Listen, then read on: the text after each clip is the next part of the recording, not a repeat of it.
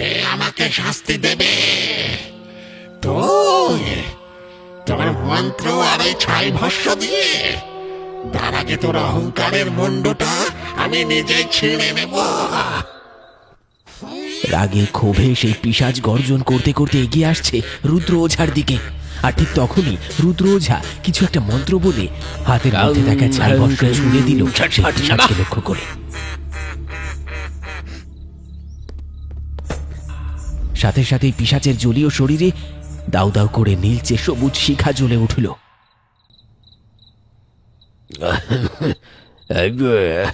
সবাই এবার তোমরা বলো, শীত তো শুরু হলো মাত্র, আর গত মাসেই তো 3টে লাশ পাওয়া গেল। সবাইকার মুখেই এক কথা, আর কতদিন এইভাবে চলবে? হ্যাঁ যেটা এইবার ব্যাপারটা আর চাপা থাকছে না। একটা দুটো নয় গো, গত 4 মাসে 5-5টা তাজা প্রাণ চলে গেল, আর প্রত্যেকটা লাশই শেওড়াতলার কাছাকাছি অর্ধেক খাওয়া অবস্থায়। লাশগুলোর অবস্থা তো আর বলার মতো নয়। শরীর থেকে মাংস যেন ঠান্ডা ধারালো কিছু দিয়ে টেনে হিঁচড়ে ছেঁড়া হয়েছে। এখন তো সন্ধে নামলেই ছেলেপিলেরা ঘরের বাইরে যেতে সাহস পায় না। শেওড়াতলার দিকটা একটা মৃত্যু ফাঁদ হয়ে। কিন্তু মানুষের লাশের পাশে তো অন্য কোনো পশুর পায়ের ছাপ পাওয়া যায়নি। শেওড়া তলায় কি সত্যি কোনো অশুভ শক্তি বাসা বাঁধলো? যেটা আমার মনে হয় কি, আমরা আর আলো দিয়ে বা বাঁশ দিয়ে কিছু ঢাকতে পারবো না। শেওড়াতলার কাছে যে কুয়োটা আছে, ওই কুয়োটাকে কোনোভাবে বন্ধ করে দিতে হবে। ওটাই সব বিপদের মূল। না না জ্যাঠা, কুয়ো বন্ধ করলে হয় নাকি? ওটা তো 100 বছরের পুরনো। লোকে বলে কুয়োর ভেতরে একটা মন্দির ছিল। বড় করতে গেলে যদি উল্টো আরো বড় বিপদ ডেকে আনি। আরে ঠিক আছে ঠিক আছে, আর তোরা একটু চুপ কর। কুয়ো নিয়ে বাড়াবাড়ি করা ঠিক হবে না, তবে একটা কাজ করতে হবে। আমি ভাবছিলাম শেওড়া গাছটা যেটা কুয়োর উপর ঝুঁকে আছে, ওই গাছটার কয়েকটা পুরনো ডাল কেটে ফেললে কেমন হয়? আগে ডাল কাটবেন, তাতে কি হবে? ওই ডালগুলো বড্ড অন্ধকার করে রাখে, আর কুয়াশা জমারও কারণ হয়। গাছের ডাল কেটে দিলে যদি আলো পড়ে, যদি ওই অশুভ শক্তিটা কিছু হলেও দুর্বল হয় আর কি। এতে কারোর কোনো আপত্তি আছে কি? না না, আপত্তি কেন থাকবে? গাছ কাটলে যদি গ্রামে শান্তি ফেরে, আমাদের তো একটাই প্রার্থনা, যে কোনোভাবে এই শীতের অভিশাপ থেকে বাঁচার দরকার। আপনি কালকেই লোক লাগিয়ে দিন জ্যাঠা, কালকেই লোক লাগিয়ে দিন। মণ্ডল জ্যাঠা এবং গ্রামের বাকি প্রবীণরা সবেমাত্র একটা সিদ্ধান্ত নিয়েছে। তারা ভাবছেন শেওড়াতলার ডালপালা কেটে দিলেই বুঝি এই মাসের পর মাস ধরে চলতে থাকা মৃত্যু আর আতঙ্কের অবসান হবে। কিন্তু তারা জানতেন না, যে বিপদ তারা এড়াতে চাইছেন তা ততক্ষণে তাদের গ্রামের দিকেই ধেয়ে আসছে।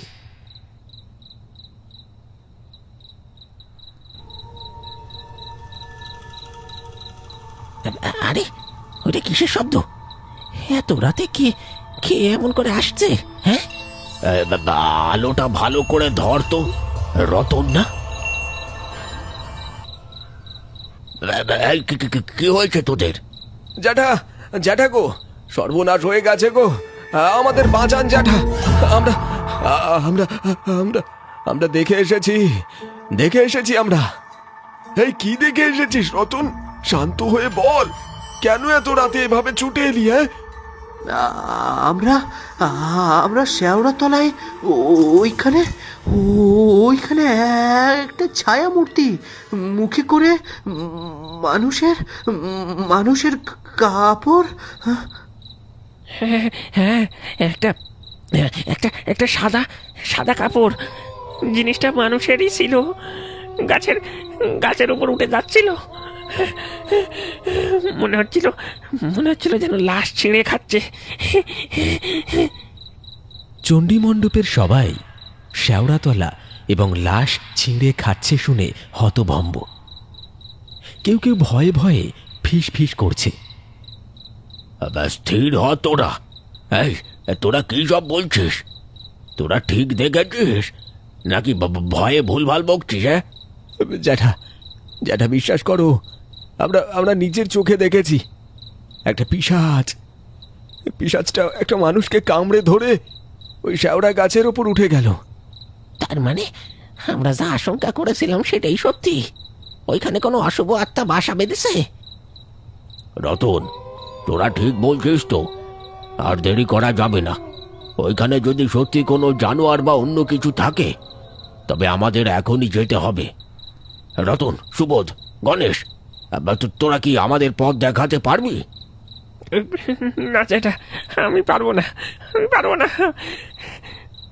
আমি পারবো জ্যাঠা, আর দেরি নয়, চলো চলো। রতন, গণেশ আর সুবোধের মুখ থেকে সেই ভয়ঙ্কর বর্ণনা শুনে আর এক মুহূর্ত দেরি করল না কেউ। ডাল কাটার চিন্তা ভুলে হাতে মশাল আর লাঠি নিয়ে চণ্ডী মণ্ডপের সমস্ত পুরুষ বেরিয়ে পড়ল সেই শেওড়া তলার দিকে।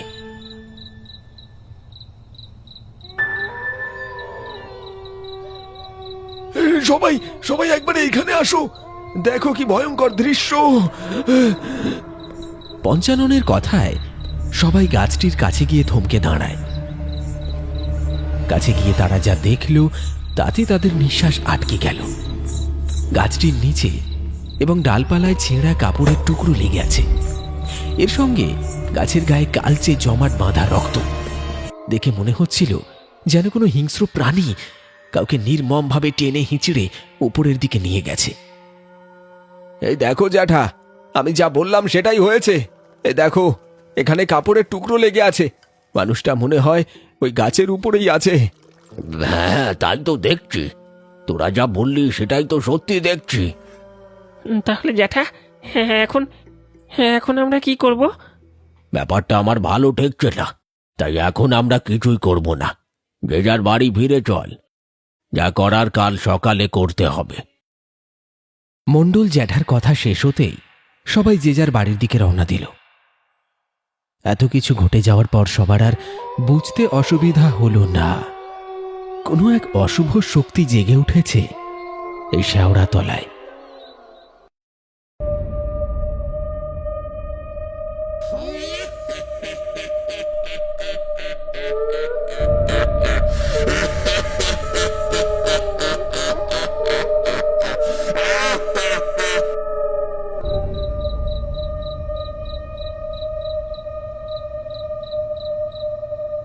ভোরের আলো সবেমাত্র ফুটেছে।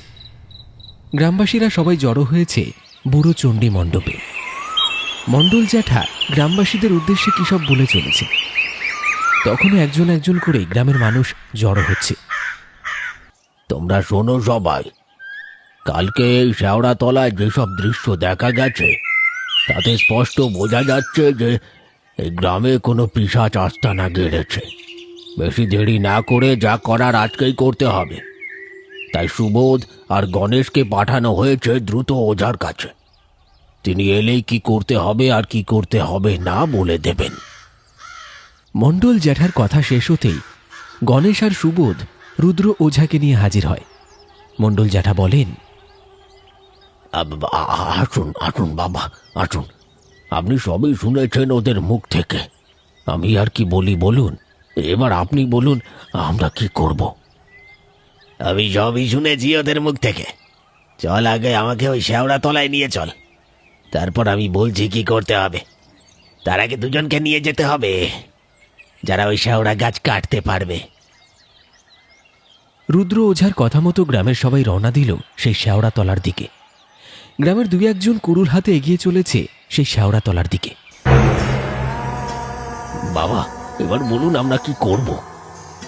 দাঁড়া, একটু আমাকে একবার ভালো করে দেখে নিতে দে। রুদ্র ওঝা শেওড়া গাছের ডালগুলোর দিকে তাকিয়ে ভালো করে কি যেন দেখতে লাগলো। তার সেই দুটি চোখ যেন কাউকে খুঁজে বেড়াচ্ছে। তার দেখা দেখি গ্রামের সবাই গাছের উপর তাকিয়ে রয়েছে, কিন্তু কোথাও কিছু নেই।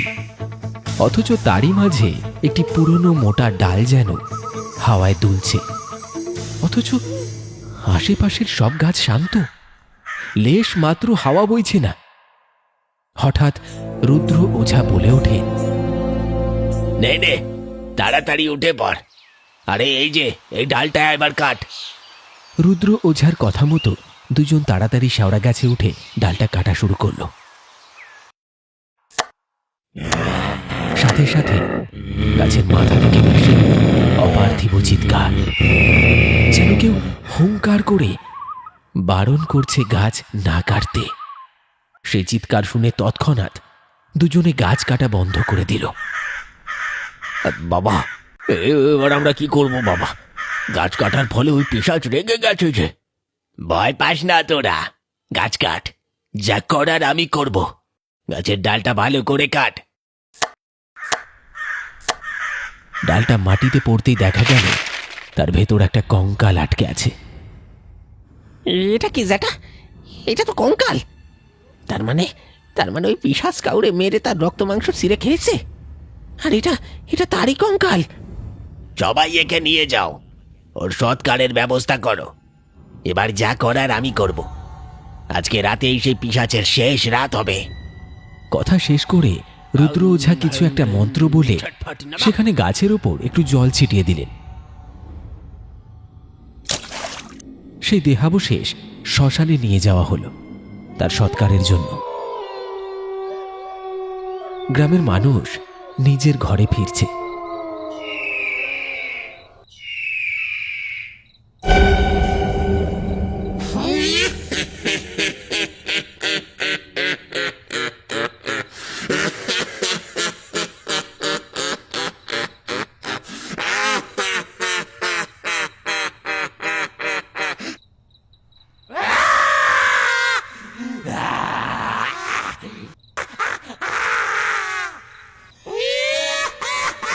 কিরে, এবার কোথায় পালাবি? এতদিন ধরে বহু মানুষের জীবন তুই কেড়েছিস, এবার তোর হিসেব চুকানোর সময় এসেছে। কে আমাকে শাস্তি দেবে? তুই তোর মন্ত্র আর এই ছাই ভস্য দিয়ে? তার আগে তোর অহংকারের মুন্ডটা আমি নিজেই ছিঁড়ে নেব। রাগে ক্ষোভে সেই পিশাচ গর্জন করতে করতে এগিয়ে আসছে রুদ্র ওঝার দিকে। আর ঠিক তখনই রুদ্র ওঝা কিছু একটা মন্ত্র বলে হাতের মধ্যে থাকা ছাই ভস্য ছুঁড়ে দিল সেই পিশাচকে লক্ষ্য করে। সাথে সাথেই পিশাচের জলীয় শরীরে দাউ দাউ করে নীলচে সবুজ শিখা জ্বলে উঠল। বল, বল কে তুই? কেন এই শেওড়া তলায় রক্ত পিপাসু হয়ে ঘুরে বেড়াচ্ছিস? সত্য না বললে এই আলো তোর আত্মাকে চিরতরে জ্বালিয়ে দেবে। ওই কুয়াশার কাছে, ওই শেওড়া তলায় আমার জমি কেড়ে নেওয়া হয়েছিল। ভিটে মাটি হারানোর পর শীতের রাতে ঠান্ডায় জমে গিয়েছিলাম। আমি ন্যায় পাইনি, অভিশাপ দিয়েছিলাম। যেই আমার ভিটের উপর লোভ করবে তার শরীর থেকে মাংস ছিঁড়ে নেব। তাই প্রতিজ্ঞা পূরণ করতে আমি অতৃপ্ত আত্মা হয়ে এখানে ঘাঁটি গেড়েছি। তোর যন্ত্রণা আমি বুঝি, কিন্তু তোর প্রতিশোধের আগুন আর 5টা নিরপরাধ মানুষকে পোড়াতে পারে না। তুই এই গ্রাম ছেড়ে চলে যা, কোনো বনে জঙ্গলে আস্তানা করগে যা। আমি যাব না। আমার জমি, আমার এই মাটি, আমার সব, যারা আমার ভিটে কেড়ে নিল তাদের আমি তাদের রক্ত চাই। আমি কেন যাব? আমি কেন যাব? তোরা যা, তোরা চলে যা। তবে রে, ছেড়ে দে, এটা আমার ভিটে। আমায় মারিস না আমায়। আমি কোথায় যাব বল? আমার তো মুক্তি নেই। তোর মুক্তি আছে। তোর ভিটে তুই ফিরে পাবি না, কিন্তু শান্তি পাবি। তুই এই জায়গা ছেড়ে দে, তুই আমার সাথে চল, আমি তোকে মুক্ত করব। চলে আয় আমার সাথে। সবাই দেখল সে অতৃপ্ত আত্মা কালো ধোঁয়ার কুণ্ডলী হয়ে রুদ্র ওঝার ঝুলির মধ্যে প্রবেশ করল। রতন আর গ্রামবাসীরা ভয়ে বিস্ময়ে রুদ্র ওঝার দিকে তাকিয়ে রইল। রুদ্র ওঝা শান্ত মুখে তার ঝুলি বন্ধ করলেন এবং গভীর রাতের অন্ধকারে হনহন করে মিলিয়ে গেলেন সবার চোখের আড়ালে। শেওড়াতলার অভিশাপ মুক্তি পেল। বাঁশবেড়িয়া গ্রাম আবার শান্ত হলো।